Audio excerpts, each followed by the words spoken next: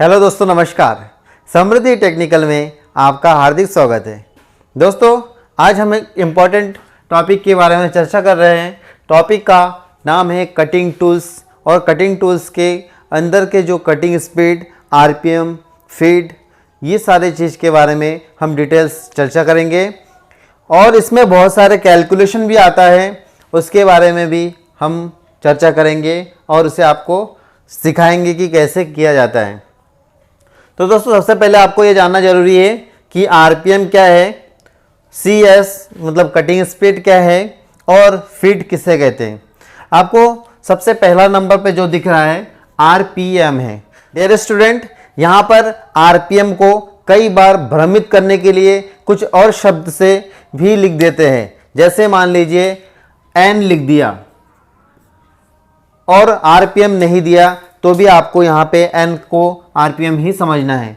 कभी कभी आरपीएम को ही एग्ज़ाम में पूछ लेते हैं कि आरपीएम का पूरा नाम क्या है, तो यहाँ पे रिवोल्यूशन की जगह आपको राउंड कर देते हैं और एग्ज़ाम में मैक्सिमम लोग गलत कर देते हैं। रिवोल्यूशन पर मिनट इसका सही आंसर होता है। अब हम इसका परिभाषा के बारे में भी चर्चा करने वाले हैं। तो सबसे पहले आप देख लीजिए कि इस तीन बिंदु को कैसे हम परिभाषित करते हैं। सबसे पहले देखिए आरपीएम, इसे आप ध्यान से देखिएगा क्योंकि इसे लिखकर दिखाना तो मुश्किल है, इसीलिए आपको ध्यान देना होगा। आरपीएम अर्थात रिवोल्यूशन पर मिनट। इसको हम इस प्रकार से समझते हैं कि किसी भी ड्रिल के स्पेंडल के द्वारा, मान लीजिए कोई ड्रिल का स्पेंडल है, वो 1 मिनट में कितना चक्कर लगाती है, उस पूरे चक्कर को हमें काउंट करना है। और जितना काउंट होता है उसे हम काउंट करके हम लिख सकते हैं और उसके सामने हम आरपीएम लिख सकते हैं। एग्जाम्पल के तौर पे मैं यहाँ लिखता हूँ 1400 आरपीएम, अर्थात दोस्तों ये रेवोल्यूशन पर मिनट है। अर्थात ये ड्रिल मशीन के द्वारा इस आरपीएम को हम प्राप्त कर सकते हैं। और ये सिर्फ एक आरपीएम नहीं होता, मशीन के ऊपर डिपेंड करता है, इसके तरह तरह के आरपीएम भी होता है। जैसे मिनिमम लिख देते हैं और लिखते हैं मिनिमम 600 आरपीएम, मैक्सिमम 1400 आरपीएम। दोस्तों इसका मतलब ये समझ लीजिए कि ये ऐसा मशीन है जिसे हम गियर अंतरावली के द्वारा अलग अलग प्रकार के आरपीएम प्राप्त कर सकते हैं, तो इसे हम आरपीएम कहते हैं, रेवोल्यूशन पर मिनट।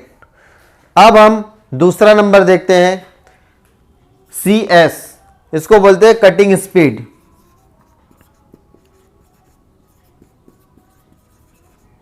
दोस्तों ये कटिंग स्पीड क्या है, देखिए मेरे हाथ में एक ड्रिल है और वो कितना आरपीएम में घूम रहा है वो मुझे नहीं पता, या मुझे उससे अभी कोई मतलब नहीं है। मान लीजिए मैंने जॉब के साथ इसका संपर्क किया, करने के बाद उसमें से चिप्स निकलना शुरू हुआ और वो चिप्स को आप समझ लीजिए कंटिन्यूस चिप्स है, अर्थात उसमें से टूटना नहीं चाहिए। अब आप स्टार्ट किया, लेकिन आपने घड़ी को देख दिया कि 8:0 पे स्टार्ट किया और ड्रिल घूमना शुरू हुआ, उसमें से फ्लूट्स में से चिप्स निकलना शुरू हुआ और आपने उसे पकड़कर लगातार पकड़ते हुए चले गए। और उसे फिर बाद में जब भी 8:01 हुआ, आप उस समय उसे रोक दीजिए। रोकने के बाद आप उस पूरी चिप्स की लंबाई को नाप लीजिए। जितना मीटर उसकी लंबाई होगी वो उसकी कटिंग स्पीड है। या यदि फुट में बात करें तो जितना फुट 1 मिनट में निकलता है चिप्स, और उस चिप्स की लंबाई को यदि हम नापे तो यदि ब्रिटिश सिस्टम में नापेंगे तो फुट में होगा, और मैट्रिक सिस्टम में नापेंगे तो वहाँ मीटर में होगा। इस प्रकार से हम उसे निकल सकते हैं। दोस्तों ये आप समझ गए। यदि मैं इसको परिभाषा फिर से आपको समझाऊं कि ड्रिल के द्वारा 1 मिनट में काटी गई धातु को यदि लंबाई में नापा जाए तो उसे उसकी कटिंग स्पीड कहते हैं। दोस्तों इसका फॉर्मूला भी होता है CS इक्वल टू, देखिए CS बराबर से πdn/1000 मीटर पर मिनट। दोस्तों ये जो फॉर्मूला है कटिंग स्पीड पाई का मान 3.17 लिख सकते हैं या 22/7 भी लिख सकते हैं। डी, जो ड्रिल आप यूज करेंगे उसका डाया है, और एन जो है वो रिवोल्यूशन पर मिनट या आरपीएम को आप बता सकते हैं ये, ठीक है। और 1000 आप 1 मीटर में 1000 mm होता है, तो आप 1000 भी लिख सकते हैं। और यदि आप इंच के सिस्टम यूज कर रहे हैं, ब्रिटिश सिस्टम, तो पाई डी एन, और यहाँ पे आपको 12 अर्थात 12 इंच में 1 फीट होता है। और यहाँ पे मीटर लिया था आपने मान, यहाँ पे आपको फुट लेना है दोस्तों, ठीक है। इस प्रकार से आप इस फॉर्मूला से आप आगे, हम इसके आगे जो वीडियो डालेंगे उसमें ये कैलकुलेशन, बहुत सारे कैलकुलेशन है, आरपीएम, उसके बाद कटिंग स्पीड, फीड, टाइम निकलना, ये सारी चीज़ को मैं बताऊंगा। तो आप 2 चीज़ यदि समझ गए तो तीसरा को देखिए, अगला है फीड। चूँकि हम ड्रिल मशीन के बारे में बात कर रहे हैं तो हमारा तीसरा पॉइंट जो है वो फीड है। आप उसे फिट को देखिए। और ये सारे क्वेश्चन जो है, मैं आपको जो छोटे छोटे चीज़ बता रहा हूँ दोस्तों, ये सभी चीज़ एग्ज़ाम में आने लायक है और आते ही रहता है।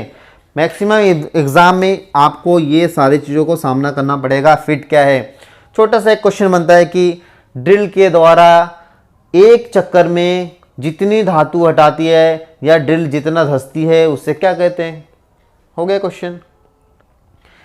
तो दोस्तों इसमें आपको छोटा सा एक चीज़ याद रखना है, टूल्स एक चक्कर में, ओनली एक चक्कर में जितना धातु के अंदर धंसती है वो सिर्फ एक चक्कर होना चाहिए। आप इसे ध्यान रखिए। तो मान लीजिए मेरे पास एक ड्रिल है, ये एक ड्रिल है और मैंने इसे जॉब के संपर्क में लाया, और लाने के बाद दोस्तों यहाँ से लेकर ये होता है बी, इसके बारे में मैं आपको बताऊंगा। ये इसका कोण हाइट होता है। क्यों? क्योंकि जब तक इस एरिया तक, इस ये टेंगुलर एरिया को पार नहीं कर जाता तब तक कि वो सुराख को कंप्लीट नहीं करता है। इसलिए आपको ये कोण हाइट छोड़ना पड़ता है, तब जाके आप पूरे होल कर सकते हैं। अब मान लीजिए आपने एक प्लेट दिया दोस्तों 10 mm का, और आपने ड्रिल लिया 10 mm का। आपने जब इसको ड्रिल करता हुआ 10 mm तक की गहराई में गया तो आपका ड्रिल का जब देखेंगे तो इस प्रकार से आपको दिखाई देगा। मतलब कि होल अंतिम सिरे तक तो पॉइंट को छू लेती है, लेकिन दोस्तों 10 मिलीमीटर जाने से वो सुराख को कंप्लीट नहीं कर पाता, टेपर होल रह जाता। अर्थात यहाँ तक का आया और नीचे टेपर कोण रह गया। अब उस टेपर कोण को कंप्लीट करने के लिए भी क्या करना है, नेक्स्ट क्लास में इसके बारे में ही चर्चा होगा। तो फीड, अब आप फीड देख लीजिए। फीड मतलब होता है कि किसी ड्रिल के द्वारा एक चक्कर में काटी गई धातु या जितने धातु में धंसती है उसे फीड कहते हैं। आप इस 3 परिभाषा को याद कर लीजिए, रेवोल्यूशन पर मिनट, कटिंग स्पीड और फीड। इस 3 को आप आपके दिमाग में सेट करिए। अब इसका अगला जो सेशन है, इसके तुरंत बाद हम आपको आरपीएम, कटिंग स्पीड, फीड और ये सारी चीज़ निकालने का फॉर्मूला और साथ में उदाहरण सहित क्वेश्चन सॉल्व करके दिखाऊंगा। Thank you for watching. आप लोग देखते रहिए समृद्धि टेक्निकल।